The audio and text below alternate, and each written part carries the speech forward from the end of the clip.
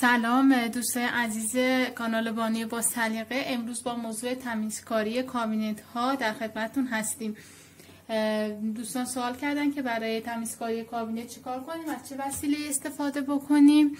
من اینجا تمیزکاری انواع کابینت رو توضیح میدم. به چندین روش میتونیم کابینت ها رو تمیز کنیم. ساده ترین روش ترکیب آب و شامپو فرش هستش. شامپو فرش رو یکم برمی‌دارین، آب میریزین توش، توی اسپری میریزین. باید شامپو فرش رو مقدارش رو کم بریزین. مثلا یک قاشق شامپو فرش میریزین، یک لیوان آب بریزین. اگه مقدارش زیاد باشه کف میکنه و از روی کابینت نمیتونید تمیزش بکنین. برای کابینت های های گلاس و MDF این ترکیب خیلی خوب جواب میده، باعث میشه که کابینت ها دیر گرد و خاک بگیرن.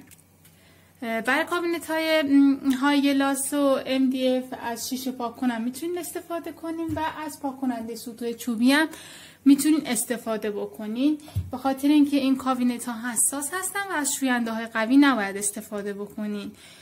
شما اگر روزی یک بار یا یک روز در میون شامپو فرش یا شیشه پاک کن یا همون تمیز کننده سطوح چوبی اسپری بکنین، اصلا کابینت های شما چرب نمیشه که بخواین از شوینده های قوی استفاده کنین و کابینت رو خراب بکنین.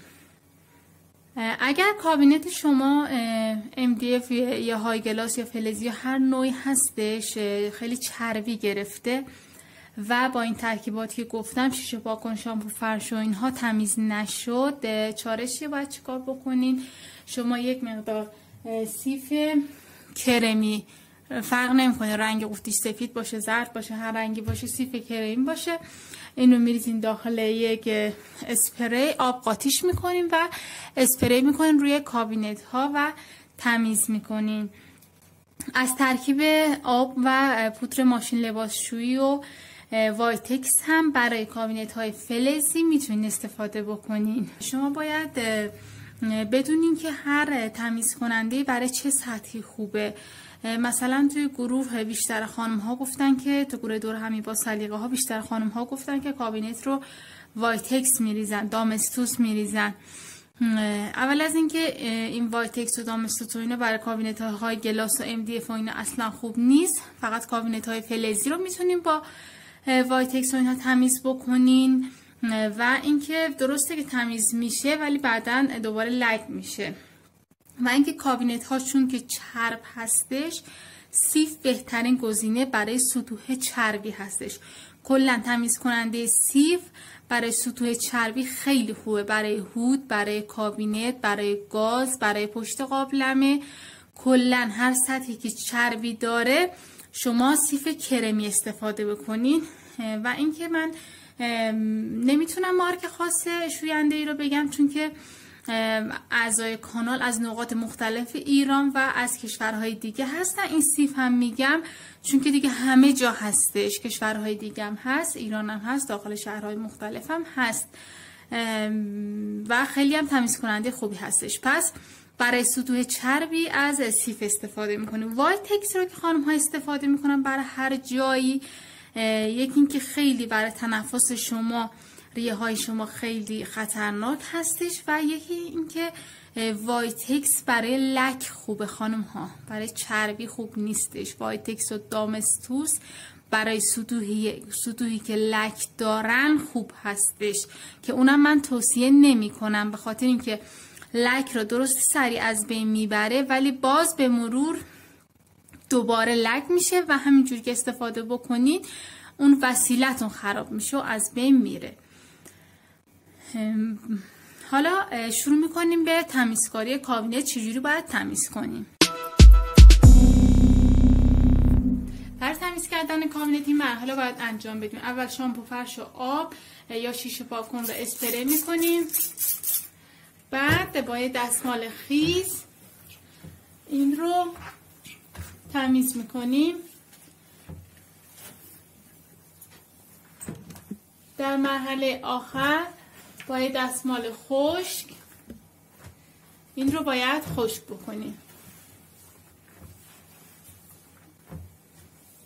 خب خانم ها میگن این کفی که روی کابینت هست به خاطر شامپو فرش نمیره. دلیلش این هستش که شامپو فرش شما زیاد هستش و یا اینکه با دستمال خیس کامل کفش رو نگرفتین. شیشه پاک کن و تمیز کننده سطوح چوبی هم دقیقا همین هستش. حالا بعضی از سطوح کابینت هستش که با دستمال نمیره، یا بعضی از کابینتشون اینجوری دون دون هستش یا شیار شیار هستش که داخل اونها چربی رفته، کثیفی رفته و اونها نمیره با دستمال معمولی. اونها رو باید چه کار بکنیم؟ اونها رو گفتم آب و سیف یا اینکه آب و شامپو فرش، کلا هر شوینده‌ای که می‌خواید استفاده بکنین اسپری می‌کنین. بعد با یه مسواک به درد نخور اینجاها رو تمیز می‌کنین،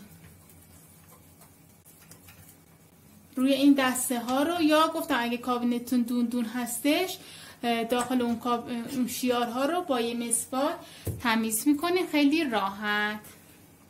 نکته که میخوام بگم این که برای تمیز کردن کابینت از بالا به پایین کابینت رو تمیز بکنیم و اینکه اول اون بالای کابینت رو، اون قسمت بالای کابینت رو یه دونه سفره یک بار مصرف بندازین که چربی نگیره که تمیز کردنش سخت باشه، یا روزنامه بندازین، یا اگه مثلا موکت اضافه دارین موکت بندازین اون بالای کابینت رو که چرب نشه که مجبور بشین به سختی تمیزش بکنین. پس اونجا رو اول یه دونه سفره یا روزنامه یا موکت میندازیم، بعد شروع میکنیم کابینت ها رو از بالا به پایین تمیز کردن.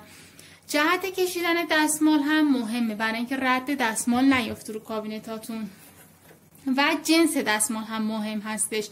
باید دستمال هایی رو انتخاب کنین که آبگیری خوبی داشته باشه. این دستمال تنظیف ها خیلی خوبه. پس دستمال از بالا به پایین میکشین